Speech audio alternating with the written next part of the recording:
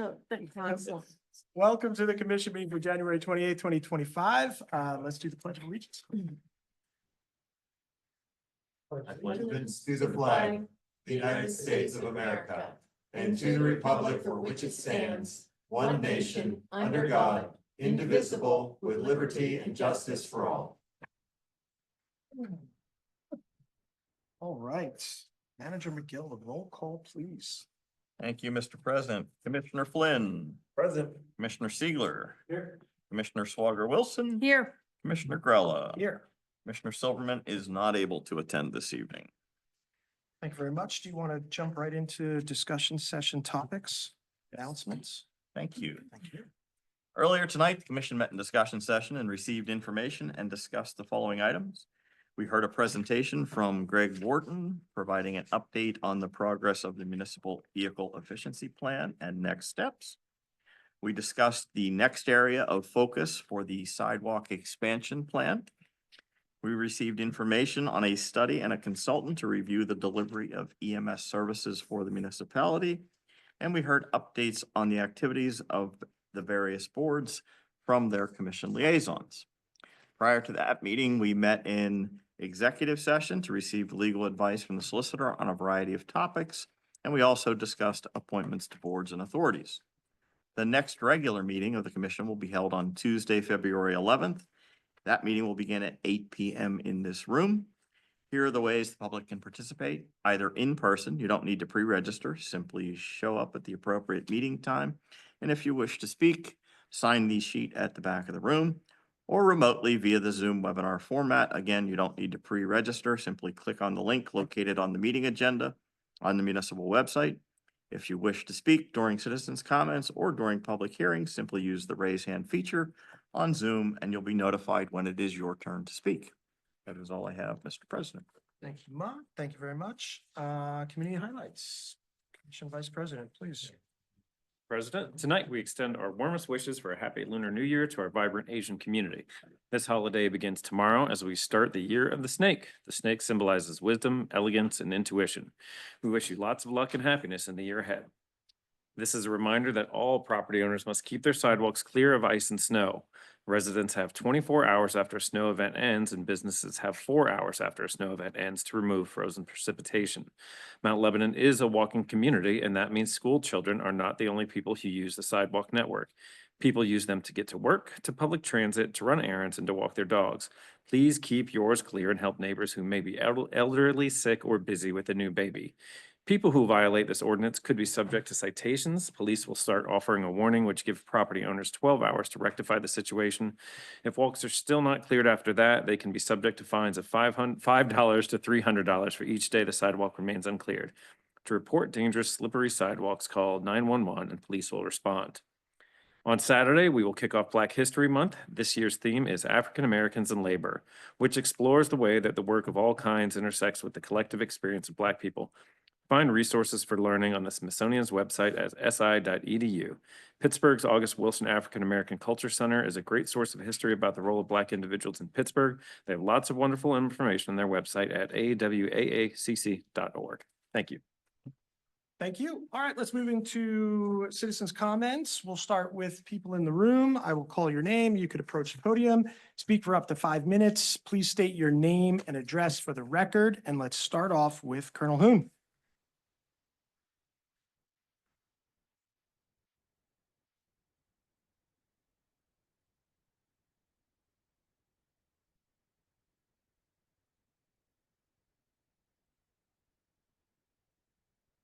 Bill Hoon, 456 Coolidge Avenue. Couple of us were discussing deer issue the other day, and we went all the way back to 2004. First night. You have to understand, there was never, ever a deer issue in Mount Lebanon as long as there had been people. And that's, well, we know for sure 17,000 years. Never a deer issue. So we were quite surprised on that day when Barbara Logan sitting right where Mr. McGill is right now, said, we have a deer problem. Well, there were people scattered out like there are now. And nobody breathed because they had no idea what was coming. And then we started looking at each other like, you have a deer problem, you have a deer problem, you have a deer problem. Nobody had a deer problem. Talked to a mess of them out there in the hall after it was over. Nobody had a deer problem. But Barbara Logan had a deer problem, and she used an all-inclusive, we have a deer problem. Fascinating. Well, it took us a whole year to find out what the issue was. We never find out the issue when somebody's talking about their problems. Finally, one of our people, Friends of the Earth, was talking to somebody else in the manor where Barbara Logan lives. And this is what they found out. She went out on her balcony one night, and there were 2 young deer down in her little flower bed. And she didn't like that. So she started screaming. Well, these deer were young deer. They had no idea what was going on because they'd never heard one of the apes going off like that. So they just froze. Well, Barb, being who she is, immediately took that as insubordination. You know, these deer were defying her. Well, nobody defies Barbara Logan. So after she got done screaming her lungs out, she started thinking about what she could do. And since she's on the commission and she's one of the most influential Democrats in Mount Lebanon, she thought, oh, I'll use my position to get back at these deer. And her solution was a mass killing of all of them. This was total wipeout of the deer. That's what she wanted. So the assistant manager gets the job. He's to find out who's the most lethal that they can hire to do this. And he did. Wildlife Services, USDA, Wildlife Services. So they contacted them, and these guys came on and said, yeah, sure, we can kill your deer, no problem. They had a reputation for killing everything. They'll kill anything. They haven't killed humans as far as I know yet. But at any rate, they got the job. I mean, Babs was really excited when they hooked them. Well, they came out one year and they killed damn near every deer from here and everywhere else. And then they disappeared. They were going to come back the next year, which they did. And then finally, at the end of year 2, Craig B. Swoopy said to the commission, you're never going to get control of these deer unless we have absolute control of the shooting. Churches, schools, private property, every property in this township. And then you have to have a team roving the township, shooting anything they see. Well, Babs thought that was a little bit off. So did the rest of the commissioners. So they didn't get another contract. Thank you. I'll be back.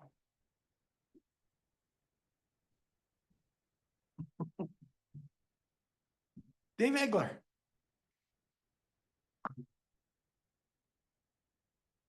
He's using my lines now. Dave Egler, 121 Poplar Drive. I always come with a few questions, but after discussion sessions, you guys always add to my list. Sidewalk discussion. Fortunately, I didn't have all the information you had in front of you. There was a discussion about whether Kelso or Green Earth to do sidewalks there. My question is, who would be paying for those sidewalks? Is that going to be paid for 100% municipality? We have a sidewalk expansion policy that's available online.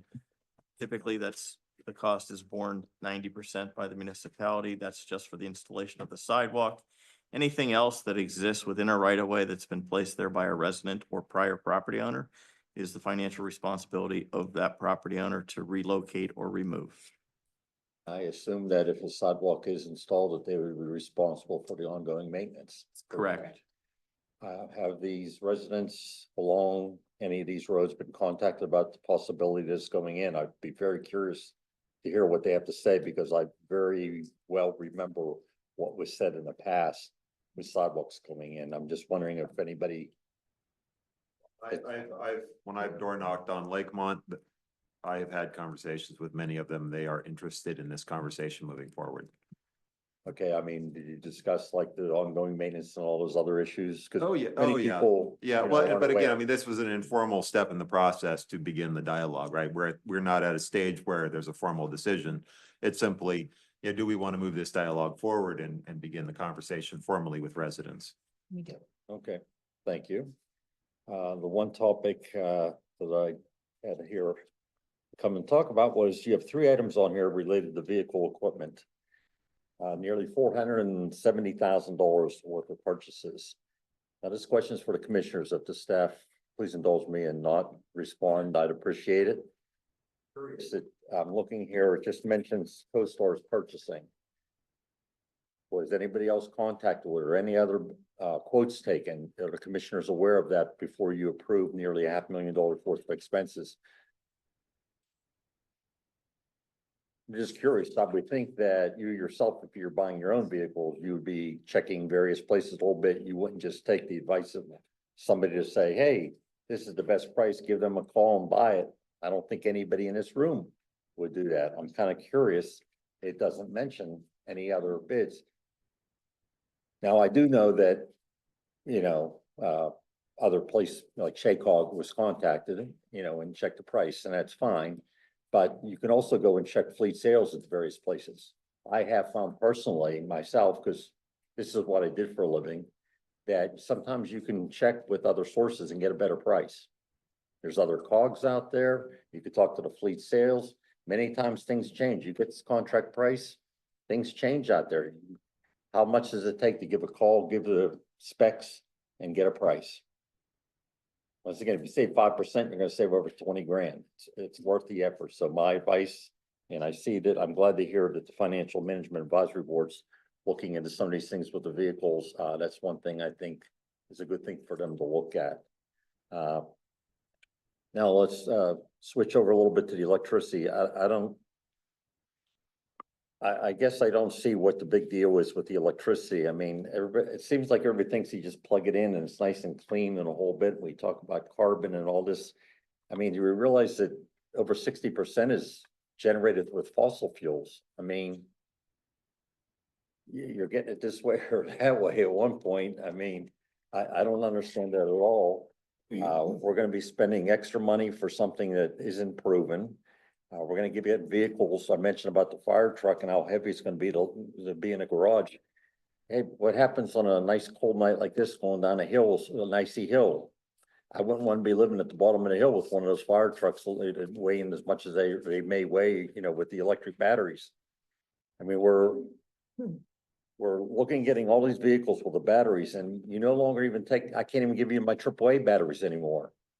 You have no place to drop the batteries off now. They're going in the garbage. So what are we gonna do with all the batteries from these vehicles and dispose of them?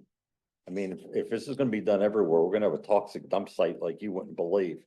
I would wait, study, and maybe in 20 or 25 years, it'll be worthwhile doing it. But for right now, just study it. I wouldn't put any more into it than that. Okay? Thank you. Regular, just so that the rest of the group is aware, you don't need to respond. CoStars is a program through the state. It's a state contract. The state actually goes out and solicits bids for those vehicles. So that's the public bidding process. Right. They go to a lot of those same sources Right. that you've mentioned. I'm sure that we awarded a number of contracts through CoStars when you were in your position here as the finance director. Right? We So did. that, just so the general public has that information, it's not, we're just taking the word of I realize that, agency. and probably 95% of the time, they are the best price. All I'm saying is, it's not a guarantee. Understood, but I just I- wanted to put in Yes, context. it is a good the way to process purchase, I that we go agree, through. it's contracts, and I did much of the purchasing, and I used to state contract at least 9 out of 10 times. Yeah. But like I said, I always made that extra phone call just to be sure, because somebody's gonna come up here in citizen comments and ask. And here I am. Thank you. You. Julianne Sullivan.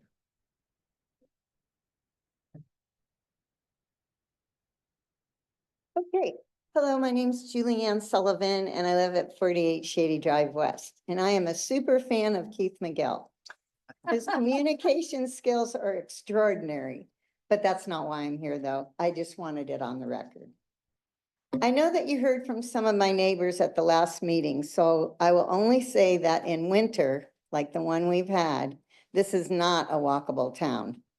I get that not all residents are going to abide by cleaning their sidewalks, but I should be able to find refuge on the main streets. This is not the case.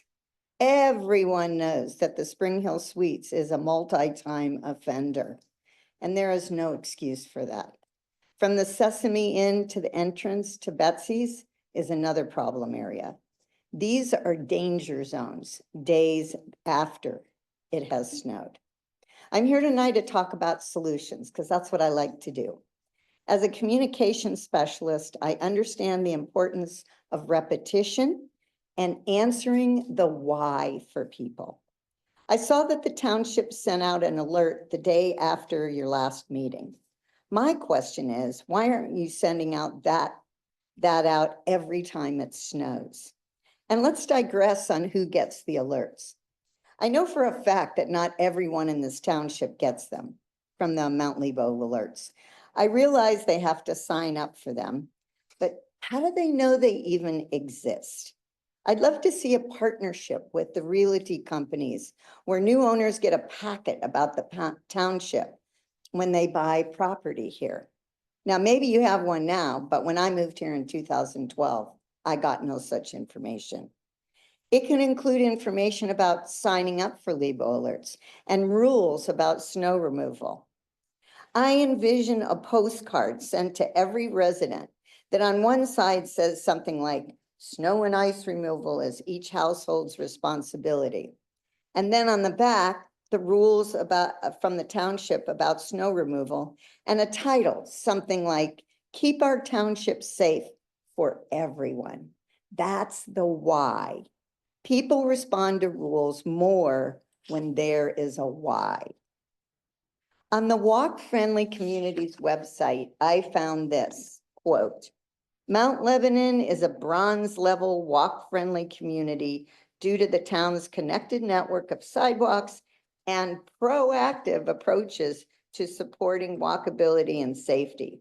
I don't see that in the winter. Perhaps the township could use those words to urge people to comply. The township sends out tax notices.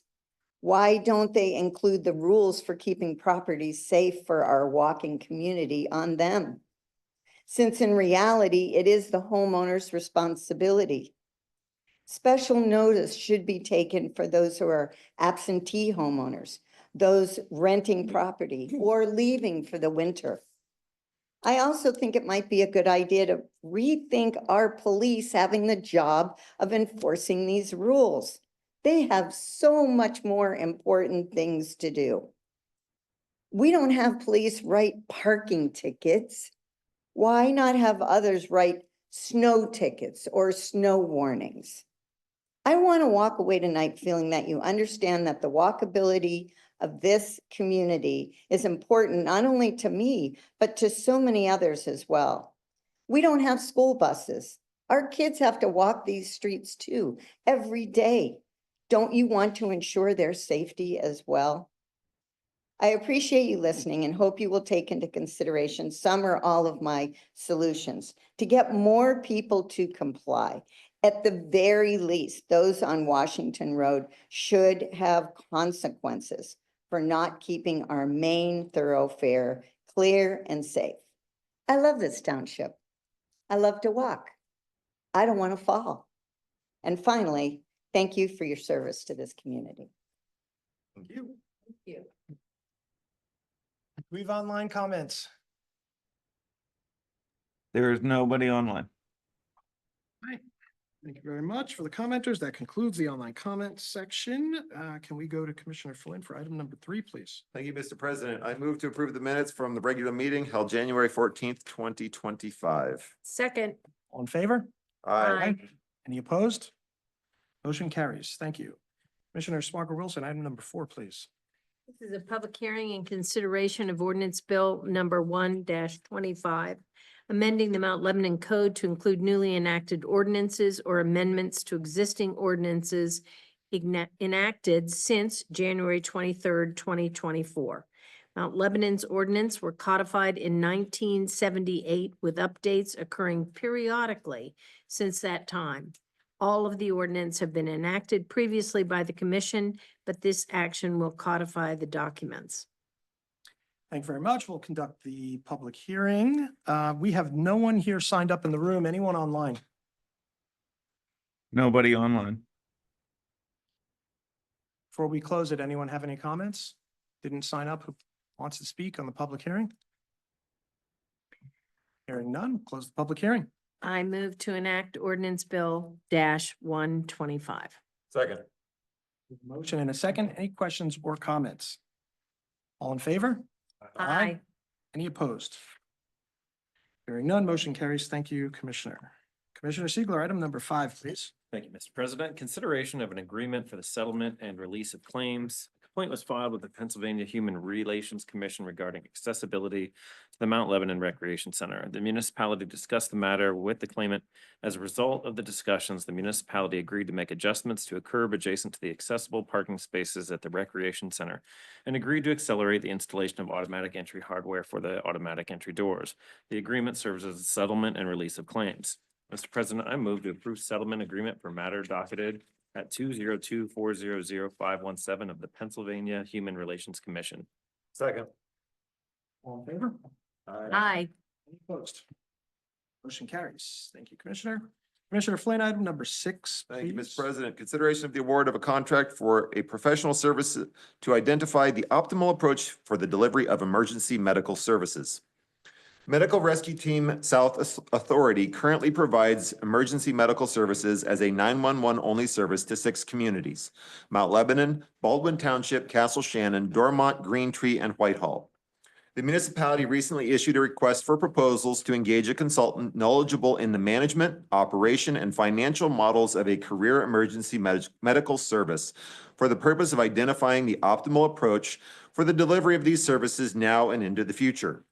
The consultant's evaluation will include the current financial structure of revenues and expenditures and the current ambulance system performance, state and national best practices, and also examine alternate delivery systems utilized in Allegheny County and the surrounding communities and their associated funding models. Mr. President, I move to authorize the manager and solicitor to prepare and execute an agreement and any ancillary documents with Fitch and Associates to provide the identified professional services in the amount not to exceed $54,500. Second. Motion and a second. Any questions or comments? All in favor? Aye. Any opposed? Motion carries. Commissioner Sparkle Wilson, item number 7, please. Thank you, Mr. President. This is the consideration to purchase one ready-to-use four-wheel drive snowplow truck from Molson Wind Ford through the Pennsylvania CoStarz purchasing program. This truck will replace truck number 228, a 2014 model Ram 5500, which will be sold at auction upon receipt of the new vehicle. The new truck includes a 2025 Ford F-550 four-wheel drive cab and chassis, 6.7-liter Ford turbo diesel engine, 6-speed automatic transmission, snowplow preparation package, 9-foot Morocco aluminum dump body, central hydraulic system, stainless steel tailgate salt spreader, 9-foot snowplow and trailer tow package at a total cost of $133,529. Funding for this vehicle has been appropriated in the 2025 municipal budget at $159,500. I move to purchase one ready-to-use four-wheel drive snowplow truck from Molson Wind Ford through the Pennsylvania CoStarz Purchasing Program, contract numbers 025-E22-401 and 025-E22-441 at a total cost of $133,529. Second. We have a motion and a second. Any questions or comments?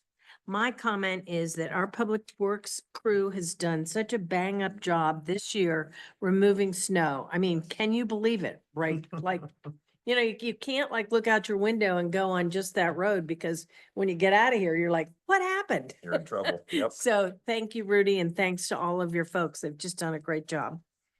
All in favor? Aye. Aye. Any opposed? Motion carries. Thank you, Commissioner. Commissioner Siegler, item number 8, please. Thank you, Mr. President. Consideration to purchase one fully equipped heavy dump truck from Hunter Truck Sales through the Pennsylvania CoStarz Cooperative Purchasing Program. This truck will replace truck number 211, a 2016 Freightliner 108 SD that will be sold at auction upon receipt of the new vehicle. The heavy dump trucks are used for main road snow plowing, leaf collection, and other heavy hauling. The new 2026 truck includes a Peterbilt Model 537 chassis with two-wheel drive, 6-speed Allison automatic transmission, snowplow preparation package, 9-foot 6-inch Morocco aluminum dump body, central hydraulic system, stainless tailgate salt spreader, 10-foot snowplow, custom aluminum leaf box, trailer tow package at a total cost of $243,255. Funding for this vehicle has been appropriated by the 2025 municipal budget at $282,750. Mr. President, I move to purchase one fully equipped Peterbilt snow plow truck from Hunter Truck Sales through the Pennsylvania CoStarz Cooperative Purchase Program, contracts 025-E22-501 municipal work vehicles and 025-E22-441 at a total cost of $243,255. Second. We have a motion and a second. Any questions or comments? I just have one question. What do we normally get for those cars at auction? I know auction is variable. I but- was gonna say, I'll defer to the Public Works Director because that number has been all over the board. At one point in time, we saw lower numbers, then that number spiked when there was an issue with getting new vehicles. Yeah. But Rudy would be a much better source to respond to The that. most recent one, there were some transmission issues with it when we sent it to the auction. We made them aware of that. So we only received about $8,000, I think, total for that one. It's gone anywhere from that up to $25,000-$30,000. So it varies on the market. Generally, we pay for them. Generally, it's probably, I would say, we budget about 20,000 revenue. We anticipate that for a revenue, a source of revenue to offset the cost of the truck. Yeah, got it. Can I take it out? Sorry? Can I take this out once it shows Absolutely up? not. I mean, it sounds pretty nice. They are really nice, but we need them after that. So That's not the answer I'd hoped for, but All in favor? Aye. Aye. Any opposed? Other than that, if you can't write it. Mr. President, point of order, may I take this next one so that Mr. Siegler can have a break? Thank you, Commissioner Flynn. Item number 9, thanks. Thank you, Mr. President. Consideration of the purchase of one Tarco Windy 400 leaf loader to replace a unit that has reached the end of its useful life. Commission approval is requested to purchase one trailer mounted leaf loader from A&H Equipment at a total cost of $92,383. $93,500 has been appropriated in the 2025 operating budget for the purchase of a new unit. A&H Equipment participates in the Pennsylvania CoStarz Purchasing Program, contract 25-E22-458. I move to purchase one trailer mounted leaf loader through CoStarz Purchasing Program from A&H Equipment at a cost of $92,383. Second. Motion and a second. Any questions or comments? All in favor? Aye. Aye. Any opposed? Motion carries. Thank you very much. I know now that Commissioner Swalker Wilson is dying to take item number 10. This is consideration of the expenditure list for December totaling $4,616,824.48. I move to approve the expenditure list for December totaling $4,616,824.48. Second. All in favor? Aye. Any opposed? Motion carries. Commissioner, that last one.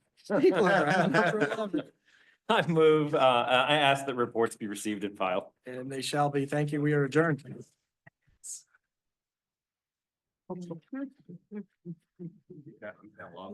Signed. Yeah, these are yours. I thought you say those. Yeah. Because Mick asked us years ago. we Yeah. sent them in, Oh, that's perfect. Thanks. So that somebody wants to go. Oh, so.